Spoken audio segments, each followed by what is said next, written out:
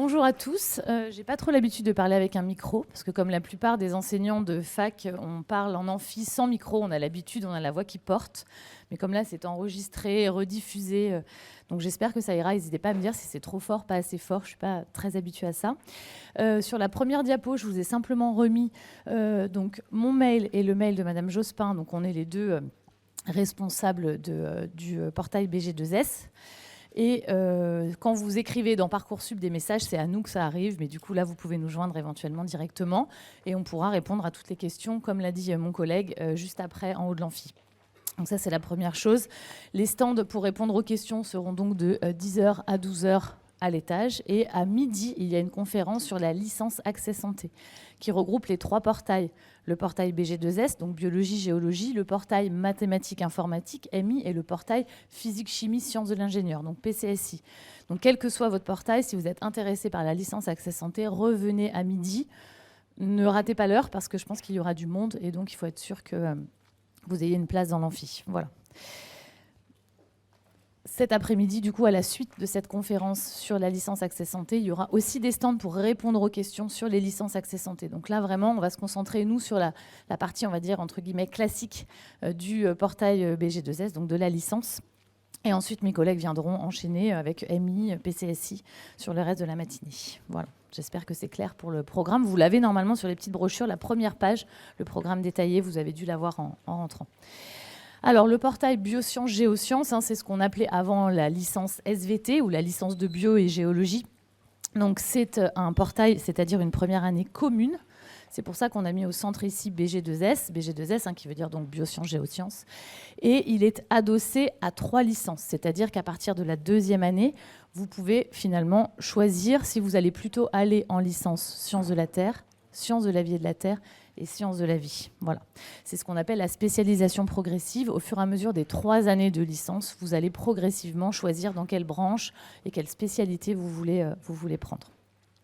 Alors, si on commence par la licence sciences de la vie, qui est celle qui accueille le plus d'étudiants chez nous, cette licence sciences de la vie, elle comporte donc 10 parcours de licence. Donc ces parcours correspondent à finalement des thématiques dans lesquelles vous allez vous spécialiser progressivement. Dès la deuxième année, vous faites un premier choix. Il y a certains parcours qui sont groupés, par exemple génétique, biologie cellulaire, physiologie animale et neurosciences sont groupés dans une même deuxième année. C'est seulement en troisième année que vous allez vraiment choisir de façon précise si vous voulez faire plus de génétique, plus de biologie cellulaire ou plus de neurosciences. De la même façon, sciences de la biodiversité et sciences du végétal ont certaines UE, certaines unités d'enseignement, certaines matières, entre guillemets, en commun. Voilà, donc ça c'est pour le gros de nos étudiants qui vont en sciences de la vie. Et derrière, vous pouvez faire après des masters dans les différentes thématiques qui vous plaisent. Vous voyez que c'est très, très varié. Donc le portail, la première année, permet de commencer à toucher du doigt un petit peu toutes ces matières que vous ne connaissez pas forcément actuellement en terminale, ou même depuis vos études dans le secondaire. Par exemple, justement, les neurosciences, les sciences du végétal, la biodiversité, ce sont des thématiques que vous avez abordées au sein du programme de lycée. Mais là, on va pouvoir se spécialiser vraiment et rentrer dans le vif du sujet. Donc, quasiment toutes les spécialités de biologie sont accessibles à l'Université Lyon 1 depuis le portail BG2S. Alors, nous avons une deuxième licence qui est la licence Sciences de la Terre, qui accueille un peu moins d'étudiants chez nous, mais par contre qui est très, très performante. On a même une partie de la licence qui est cohabilitée avec l'École normale supérieure. Et donc, 2 parcours de licence Sciences de la Terre sont possibles. Un parcours géosciences, donc justement cohabilité avec l'ENS, qui mène plutôt à des métiers en recherche, en géologie, en géophysique, en astrophysique. Et puis, méthode appliquée en géosciences, donc là, qui est beaucoup plus ancrée sur les besoins des entreprises dans les laboratoires, les cabinets de conseil en géotechnie, en géosciences, donc avec des choses beaucoup plus appliquées et des personnes qui travaillent après dans des domaines comme les études de sol avant la construction d'un téléphérique, par exemple, d'une remontée mécanique, d'un pont, d'un tunnel, etc. Enfin, nous avons la licence SVT. Donc ça, c'est à ne pas confondre. C'est pour ça que le portail BG2S n'a pas le même nom, ne s'appelle pas portail SVT, puisque la filière SVT, c'est une filière parmi les 3 chez nous. C'est la filière pour devenir enseignante. Donc là, c'est un espèce de tunnel, c'est-à-dire qu'il n'y a pas d'option. Toutes les matières sont déjà définies à l'avance pour que vous puissiez avoir le panorama le plus complet possible pour présenter les concours d'accès à l'enseignement dans le secondaire, le CAPES, l'agrégation. Les étudiants qui souhaitent s'orienter pour devenir professeurs des écoles peuvent également faire cette licence-là, puisque c'est celle qui apporte finalement la plus grande variété de contenu sans faire aucune impasse. C'est-à-dire que, par exemple, si vous êtes en licence sciences de la vie, vous allez arrêter les géosciences. Dans la licence SVT, comme son nom l'indique, il y a à la fois des sciences de la vie et des sciences de la Terre. Donc les deux sont gardés tout au long du cursus pour avoir une formation complète, et on a une première approche de la didactique, de la pédagogie pour que finalement les étudiants qui vont arrêter en licence pour aller s'orienter ensuite vers professorat des écoles aient déjà des billes pour pouvoir se projeter dans leur métier d'enseignant sans avoir comme objectif de devenir enseignant de SVT particulièrement. Alors bien évidemment, c'est une licence, nous sommes une licence généraliste, c'est-à-dire que la poursuite d'études logiques, c'est un master. Si vous souhaitez faire des études à Bac+3, vous n'êtes pas au bon endroit. C'est-à-dire que nous, on offre une formation qui a des aspects pratiques et techniques, mais qui n'est pas dédiée, destinée à l'arrêt de la formation à Bac+3 pour aller travailler. L'objectif, c'est qu'à la fin de la licence, vous partiez en master. Si vous souhaitez vous arrêter à Bac+3, c'est possible. On a des licences professionnelles qui sont combinées avec notre portail et qui vous permettent, sur la 3e année de licence, d'avoir quelque chose de plus professionnalisant et donc de pouvoir ensuite rejoindre le monde de l'entreprise et le monde du travail à Bac+3. Mais le cœur de cible de nos étudiants, la vocation des étudiants qui entrent en licence, quel que soit le portail, c'est de poursuivre en master. On est vraiment sur des études plutôt longues.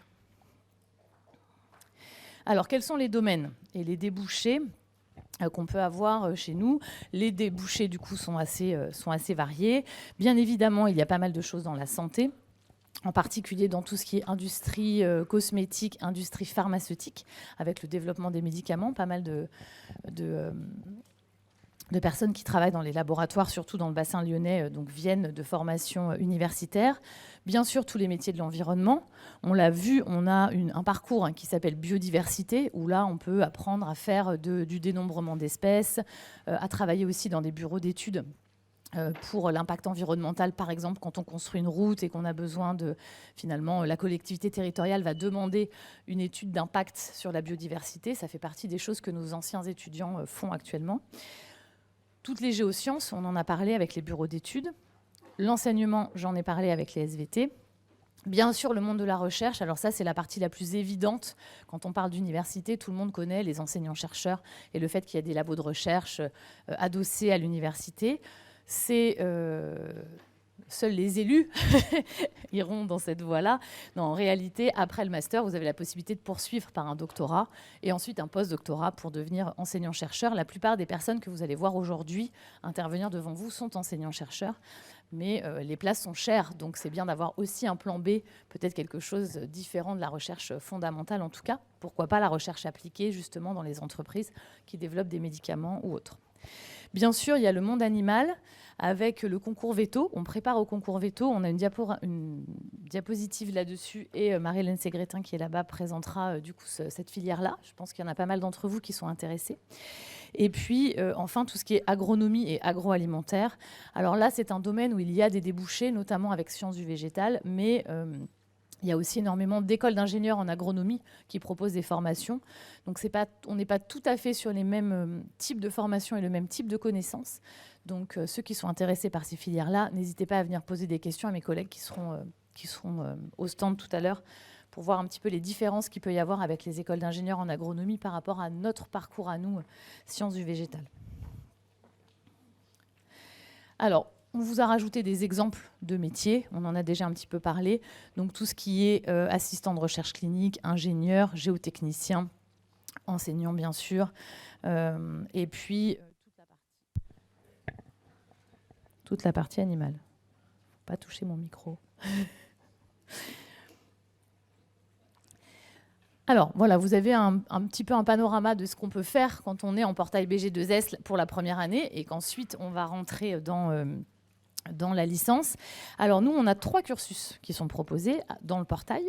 Donc d'abord le cursus classique, celui que je vais vous présenter rapidement, avec la possibilité donc de présenter le concours d'entrée dans les écoles nationales vétérinaires.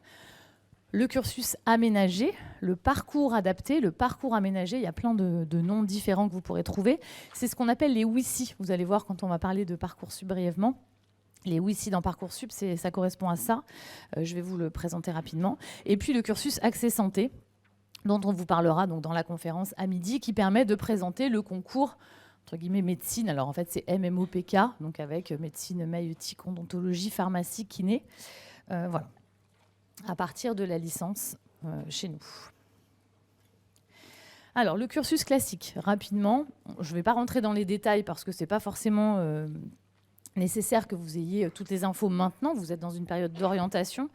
Mais en gros, chez nous, une année, c'est 10 unités d'enseignement, 10 matières. Ces matières, elles sont réparties sur 2 semestres, 5 à l'automne, 5 au printemps. Et il y a un panachage qui se fait en fonction des amphis, des places, etc. Donc tous les étudiants n'ont pas le même emploi du temps et n'ont pas le même type de matière. Certains vont commencer par les maths à l'automne et faire la physique au printemps. D'autres vont faire la physique à l'automne, les maths au printemps, par exemple. Alors, en rouge, ce sont les UE de biologie et de biochimie qui sont présentés. Vous avez 3 UE obligatoires. Une UE qui s'appelle biochimie des glucides et des lipides, qui contient aussi de la chimie à l'intérieur. Une UE qui s'appelle biologie des protéines et des acides nucléiques. Donc normalement, là, pour les parents, s'il y en a à qui ça ne parle plus vraiment, vos enfants savent de quoi on parle. Hein, ils font ça en terminale et puis en première. Enfin, ils ont fait ça tout le secondaire. Donc ils savent très bien de quoi je parle quand je parle d'acides nucléiques ou de protéines. Et puis une UE diversité du vivant. C'est là-dedans qu'on va trouver une petite partie de la phylogénie, tout ce qui est plan d'organisation, lien de parenté entre les espèces, etc. Donc avec une partie animale et une partie végétale. Vous allez retrouver des techniques de coupe, de végétaux que vous avez fait par exemple en SVT au lycée. Ensuite, on a une UE de géosciences, de géologie, terre, évolution et environnement, qui contient à l'intérieur aussi les sciences de l'évolution. Donc, ce n'est pas une UE de géologie dure. Souvent, c'est la question qu'on pose en disant « mais moi, je ne veux pas faire de géologie. Est-ce que si je fais ça la première année ?» Alors, les étudiants arrivent avec cette idée préconçue, mais en général, chez nous, ils sont très contents de faire de la géologie. C'est passionnant. On fait de la cartographie avec beaucoup de choses sur les SIG, donc tout ce qui est cartographie en ligne, avec des sites et des logiciels comme Google Earth, etc. Et puis donc une partie sciences de l'évolution qui est aussi passionnante, même pour les futurs biologistes. Donc ça, ce sont pour les UE, on va dire, de sciences, voilà, BG2S. Vous avez ensuite des UE qui sont au choix. La plupart des étudiants prennent génétique, donc, comme son nom l'indique, qui est une UE qui prépare les premiers éléments de génétique, et puis de la cellule à l'organisme, qui est une UE qui contient la biologie cellulaire et tout ce qui est la physiologie, fonctionnement du corps, du cœur, respiration, circulation, reproduction, ce genre de choses. Donc ça, c'est le parcours, on va dire, la version classique. Mais pour les étudiants qui voudraient faire des géosciences, vous voyez bien qu'il y a beaucoup trop d'UE en rouge et pas assez de bleu, pas assez de géologie. Donc on a la possibilité de faire de la géologie en plus à la place d'une UE de bio.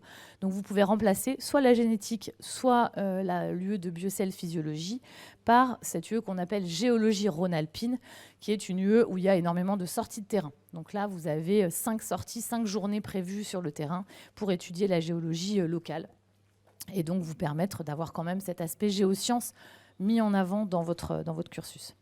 À côté de ça, bien évidemment, une autre question récurrente, est-ce qu'on doit faire des maths? Est-ce qu'on doit faire de la physique quand on fait de la bio? Oui, la réponse est oui. On ne peut pas se passer des maths, on ne peut pas se passer de la physique. Mais par contre, ce sont des maths appliquées au SVT, donc essentiellement des outils statistiques, de la modélisation, et puis de la physique appliquée aussi, soit aux sciences de la vie, soit aux sciences de la Terre. Donc là, c'est pareil, on a mis un seul petit carré vert, physique pour SVT ou physique pour ST.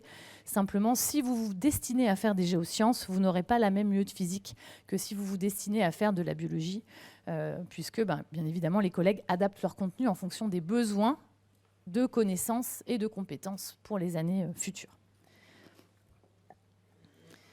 Voilà, donc on a dit 8 UE scientifiques obligatoires, 2 UE au choix Et ensuite, on a les yeux transversales. Alors, ces yeux transversales, elles sont validées par compétences. Donc là, il ne s'agit plus d'avoir des notes, mais simplement de développer des compétences dans ces différentes matières. C'est obligatoire et elles contiennent des éléments constitutifs qui sont obligatoires pour tous les étudiants pendant la première année, mais pendant les 3 années de licence. Là, à l'intérieur de ça, on a le projet professionnel, commencer à préparer votre avenir, qu'est-ce que vous voulez faire après, vos masters, les débouchés, etc. De l'anglais, bien sûr du sport. On considère à Lyon 1 que c'est important de faire du sport de façon obligatoire dans votre cursus. On a les STAPS qui sont inclus dans notre université, donc on a une culture du sport qui est présente et c'est quelque chose d'important pour nous. Et puis ensuite, bien sûr, on développe les compétences numériques avec PIX. Je pense que vous connaissez tous PIX. Vous allez encore faire du PIX l'année prochaine si vous venez chez nous. Un peu de programmation avec Python.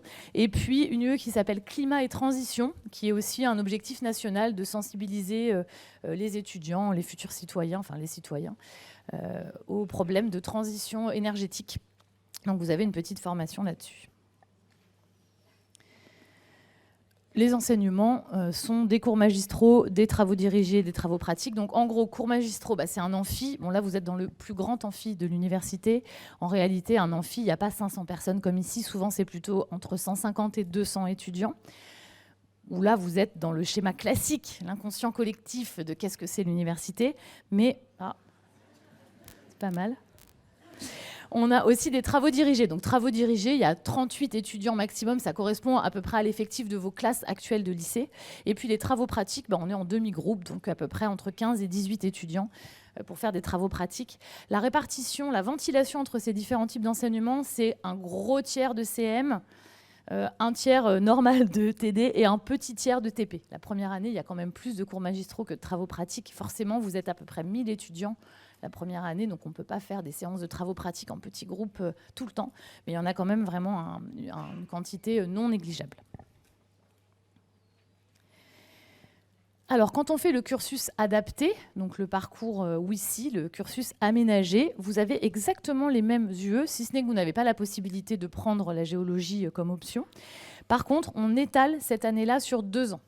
D'accord ? Donc, au lieu de faire toutes les UE la première année répartie sur 2 semestres, chaque UE va être découpée en 2 et vous allez faire la moitié d'une UE à l'automne, l'autre moitié au printemps, et puis l'UE suivante l'année suivante. Donc vous avez la même formation, mais étalée sur 2 ans. On va voir dans Parcoursup, ce n'est pas vous qui décidez de faire ça, c'est nous qui vous proposons de faire ce parcours aménagé sur la base de votre formation antérieure et de votre niveau. Je vais vous présenter ça rapidement. Bien évidemment, puisqu'on étale sur 2 ans, c'est pour vous donner plus de matière, donc vous n'allez pas avoir moitié moins d'enseignement la première année. On vous rajoute du soutien, des séances de tutorat, des séances de TD un petit peu plus longues pour que vous ayez le temps de travailler. Donc c'est vraiment quelque chose qui se met à la portée des étudiants pour qui la marche d'entrée à l'université est un petit peu compliquée à franchir. Voilà, donc c'est plutôt une chance. C'est globalement, on ne retient pas les étudiants qui n'ont pas envie d'être là dans ce cursus adapté. C'est vraiment, il faut que l'étudiant soit content et conscient d'être dans une démarche étalée sur 2 ans et ne pas subir ça. Si vous n'êtes pas prêt à justement bénéficier de cette chance, vous pouvez aller dans le portail classique et redoubler si jamais vous échouez. C'est toujours une possibilité qui s'offre à nos étudiants. Alors pour le cursus LAS, dont vous aurez les détails à midi, c'est la seule différence qu'il va y avoir, c'est que finalement, vous n'avez pas ces UE transversales avec climat et transition, anglais, sport, etc. À la place, vous avez la mineure santé. Mineure santé qui correspond donc à des enseignements communs à toutes les LAS. Donc, on a la même chose pour ceux qui font la LAS en droit, en psycho, en maths, en physique. Et vous suivez ces matières-là à la place des transversales chez nous. Et ça vous permet, si vous présentez le concours et que vous le réussissez, d'aller en 2e année donc, de médecine, enfin de la formation que vous avez choisie, pas forcément médecine, mais MMOPK. Et si vous ne réussissez pas le concours, comme vous avez fait toutes les UE disciplinaires, vous pouvez aller en 2e année, si vous avez validé, en 2e année de SV, ST ou SVT, comme un étudiant qui aurait fait le parcours classique. Voilà, donc c'est une possibilité en plus de présenter le concours pour les formations médicales. Bien évidemment, il faut avoir un bon niveau pour pouvoir suivre cette formation parce que la mineure santé, même si elle a le nom de mineure, est très riche demande beaucoup de travail. Et la licence déjà BG2S, le portail BG2S, demande également beaucoup de travail. Donc il faut avoir une grande capacité de concentration et de travail personnel pour pouvoir s'en sortir dans cette version, dans ce cursus LAS. Alors, le concours veto, je vais laisser la parole à Marie-Hélène. Puis après, on aura un petit mot sur Parcoursup et on aura terminé. Bonjour à tous, donc je suis Marie-Hélène Segretin, la responsable de cette filière particulière au sein de la L2 Sciences de la vie, qui est le cursus préparation aux écoles nationales vétérinaires. Donc pour un concours particulier qui est ce qu'on appelle le concours B, qui est complètement différent du concours A, qui se passe à l'issue de 2 ans de classe préparatoire BCPST. Ce concours B, vous avez les chiffres devant vous, donc 68 places en national pour plus de 700 candidats. Donc c'est un concours qui est extrêmement sélectif. Et donc vous voyez le type d'épreuve qui est au programme de ce concours, hein, chimie, un dossier sur tous les résultats bac et post-bac, les stages, etc. Et puis, il y a également, à l'oral, un entretien professionnel, de l'anglais et une épreuve qui s'appelle Sciences et Société. Alors, notre préparation au concours veto, c'est une année de L2, Sciences de la vie, qui est aménagée pour préparer le concours veto et renforcée par rapport à une année de L2 classique. Donc, quand je dis aménagée, ça veut dire qu'il y a un choix d'options qui correspond effectivement, par exemple, à la préparation de l'épreuve de chimie avec des annales, des concours blancs, par exemple. Il y a également un aménagement des cours d'anglais. Hein. L'anglais n'est pas le même que celui qui est fait pour les autres étudiants de L2, mais c'est des cours d'anglais qui sont vraiment destinés à la préparation de l'épreuve d'anglais du concours, etc. Donc c'est une année de L2 aménagée et qui est compatible avec tous les parcours de L2 Sciences de la vie, sauf exception, hein, donc sciences du végétal, BISM, c'est-à-dire bioinfo, et neurosciences. Hein, donc statistiquement, nos étudiants de prépa veto viennent plutôt dans le parcours physio, biochimie, éventuellement biodiversité. L'idée étant qu'en cas d'échec au concours, en fait, ils continuent de toute façon en L3. Alors cette filière concours veto, c'est une filière qui est sélective. Donc nous sélectionnons 24 étudiants maximum en fin de L1. Donc alors pour les étudiants qui sont issus du L1 BG2S, mais ça peut également être des étudiants qui viennent d'autres académies, hein, L1 Grenoble, L1 Dijon, etc. Et donc la sélection se fait sur l'ensemble du parcours bac et post-bac, donc les résultats académiques bien sûr, mais également tout ce qui est expérience professionnelle en milieu vétérinaire ou en tout cas animalier, le niveau d'anglais également, donc ce genre de choses. C'est une filière qui est extrêmement exigeante, hein, vous avez compris que le concours est très difficile, donc la charge de travail est beaucoup plus importante que pour une L2 classique. Et c'est vrai que c'est quelque chose, même si nous sélectionnons en fin de L1, il faut s'y préparer en fait en travaillant déjà davantage dès l'année de L1. Donc de toute façon, alors pour répondre aux questions, je serai dans les stands à l'étage du dessus. Et donc je préviens tout de suite que pour les étudiants qui seront en L1, je fais également une conférence en début de L1 pour expliquer tout ce qui est attendu précisément, de façon à ce que donc il y ait vraiment pour les étudiants motivés une pré-préparation dès l'année de L1. Voilà, j'en ai terminé pour le moment. Donc si jamais on arrive à finir un petit peu plus tôt, on pourra répondre aux questions générales avant que vous alliez là-bas. Marie-Hélène pourra répondre aux questions sur veto s'il y en a. Nous, on a presque terminé. C'est ma dernière diapo. C'est les questions Parcoursup qui vient d'ouvrir pour que vous puissiez faire vos vœux. Alors, comment est-ce qu'on vient chez nous ? On vient chez nous, bien sûr, comme dans toutes les formations accessibles en post-bac, au niveau national par Parcoursup. Donc vous devez faire des vœux. On a plusieurs choses dans Parcoursup qui sont signalées. Le premier point, c'est que c'est affiché portail biosciences et géosciences et non pas fac de bio ou fac de géologie ou licence SVT, qui sont des fois des entrées que vous cherchez dans Parcoursup, mais qui du coup correspondent à d'anciennes dénominations qui n'ont plus lieu d'être aujourd'hui et qui sont remplacées par portail biosciences, géosciences.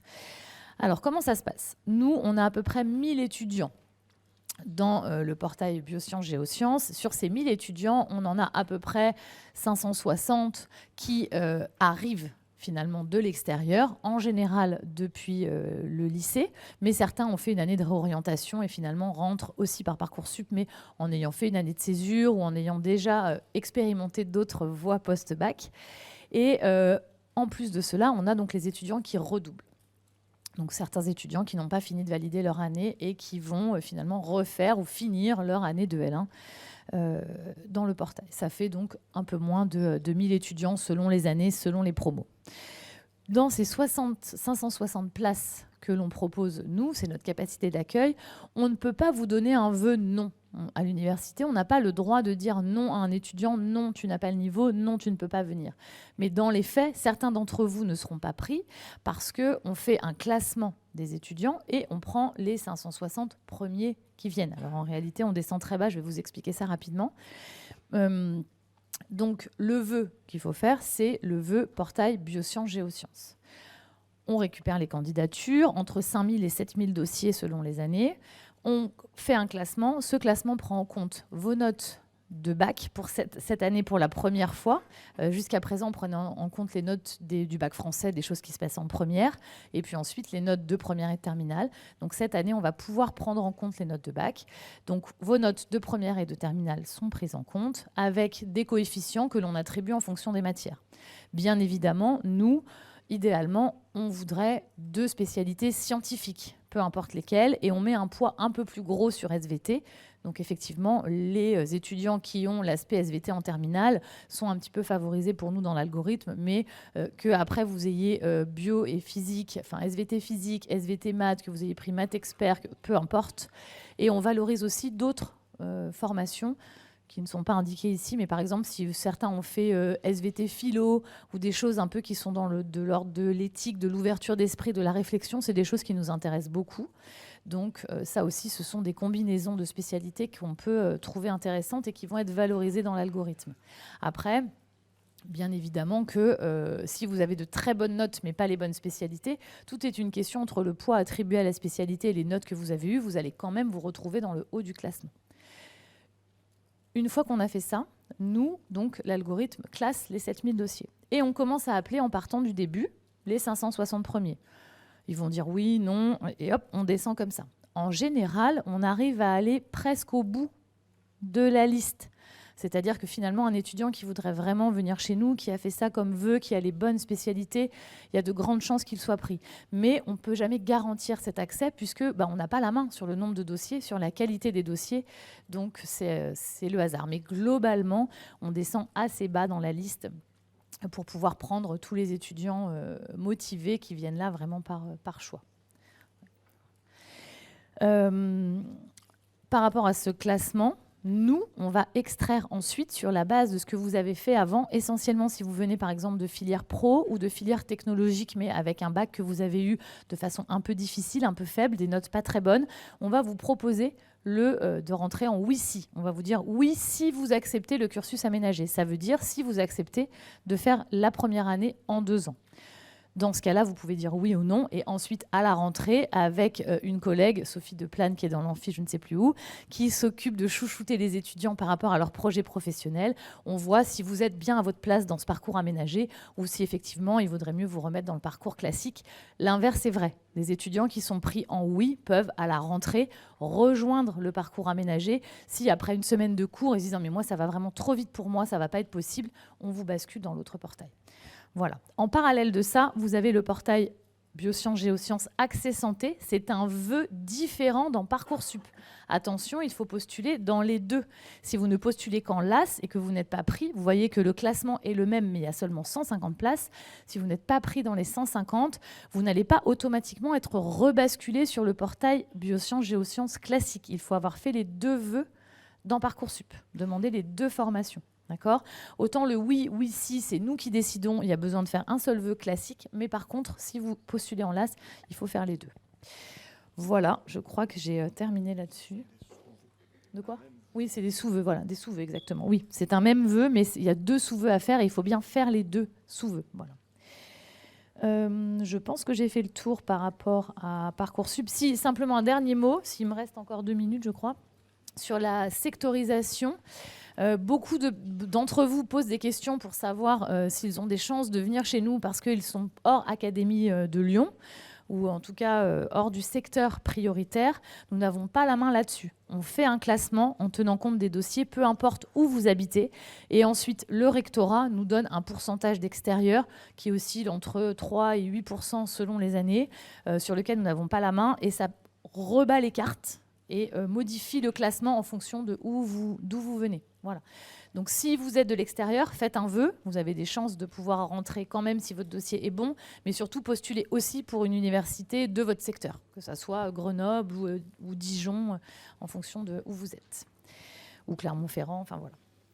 Voilà, j'ai terminé pour la présentation. J'espère que ça vous a permis d'avoir les infos que vous souhaitez. S'il y a quelques questions... Il nous reste un peu de temps ou pas, Romain ? Ouais, c'est bon. Donc, oui...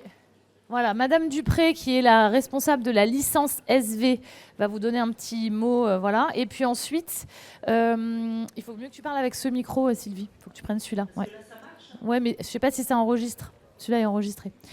Et alors, dernières infos avant de passer la parole à Madame Dupré. Et ensuite, donc, comme l'a dit Romain, quand on aura terminé, ne commencez pas à sortir maintenant parce que ça va être le bazar, il nous reste 5 minutes.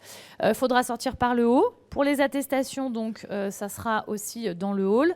Les réponses aux questions, c'est un stand où on sera plusieurs collègues, pareil, à l'étage. La conférence à midi sur les LAS, pour ceux que ça intéresse. Et puis, on répond à toutes vos questions, il n'y a pas de souci. Oui, bonjour à toutes et tous. Donc, je suis Sylvie Dupré-Aucouturier, je suis responsable de la licence Sciences de la vie. Donc, comme ma collègue vous l'a présenté, vous avez vu que cette licence, elle était très riche, très diversifiée, puisqu'on propose aujourd'hui 10 parcours en raison du nombre de laboratoires de recherche qui peuvent exister sur la région lyonnaise. Ce que je voulais vous dire, c'est que cette licence Sciences de la vie, c'était une licence généraliste. C'est-à-dire que ce n'est pas une licence avec laquelle vous allez vous intégrer dans le milieu professionnel à Bac+3. Donc si vous décidez de venir en licence Sciences de la vie, ça veut dire que vous avez un objectif d'emblée de Bac+5. Donc vous avez un objectif de master par derrière. D'accord ? Et là où je veux en venir, c'est que l'entrée en master est sélective. Ce qui veut dire qu'il faut absolument avoir de bons résultats en licence.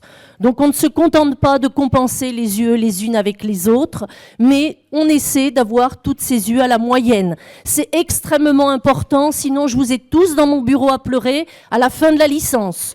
Donc je vous aurais prévenu tout de suite, il faut travailler dès le départ. Alors là j'ai employé un gros mot, j'ai employé le mot travailler. Alors on va essayer d'en donner tous une définition commune. Travailler, c'est pas tourner les pages de ses cours. On est bien d'accord ? Travailler, c'est avant tout apprendre. Donc il faut apprendre ses cours, il faut ensuite les comprendre, il faut faire les exercices qui vont avec, d'accord ? Mais il est extrêmement important de savoir ce que veut dire travailler. Alors à l'université, c'est vrai que vous êtes un petit peu moins materné, il y a une certaine autonomie à prendre. Si on n'est pas là à 8 heures en cours le matin, c'est pas grave, on fera pas l'appel. D'accord ? Mais faites attention, si vous commencez à pas venir en cours le matin à 8 heures, vous partez vers l'échec. D'accord ? Donc, souvenez-vous bien que l'entrée en master est sélective, qu'il faut avoir de très bons résultats en licence pour être pris en master. D'accord ? Et que pour avoir de bons résultats, eh bien, il faut travailler. D'accord ? Donc, s'il y a un mot à retenir ici, c'est le mot travailler. Voilà. Eh bien, bon courage et à bientôt.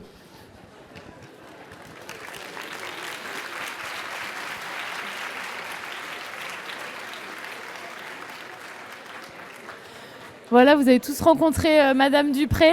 Dernière chose par rapport à cette histoire de réussite, je ne vous ai pas donné les statistiques. La première année, il y a à peu près 40% des étudiants seulement qui réussissent la première année en 1 an. Les autres vont partir ailleurs ou éventuellement redoubler. Ça ne veut pas dire qu'ils n'ont pas choisi leur orientation. Et puis, dernière chose aussi, vous n'êtes pas livrés à vous-même, contrairement quand même à ce que dit ma collègue en première année. Vous avez tous des référents pédagogiques, des tuteurs, des gens qui vous connaissent, de qui vous savez où est le bureau, l'adresse, le mail, le téléphone, qui vous aident quand même. On n'est pas autant materné que dans des formations plus petites comme l'IUT et le BTS, mais vous n'êtes pas non plus lâchés dans la jungle comme à l'époque de vos parents. Je dis ça pour les parents qui s'inquiètent. C'est plus pareil quand même l'université. Maintenant, il y a un encadrement beaucoup plus poussé. Voilà, bonne journée à tous.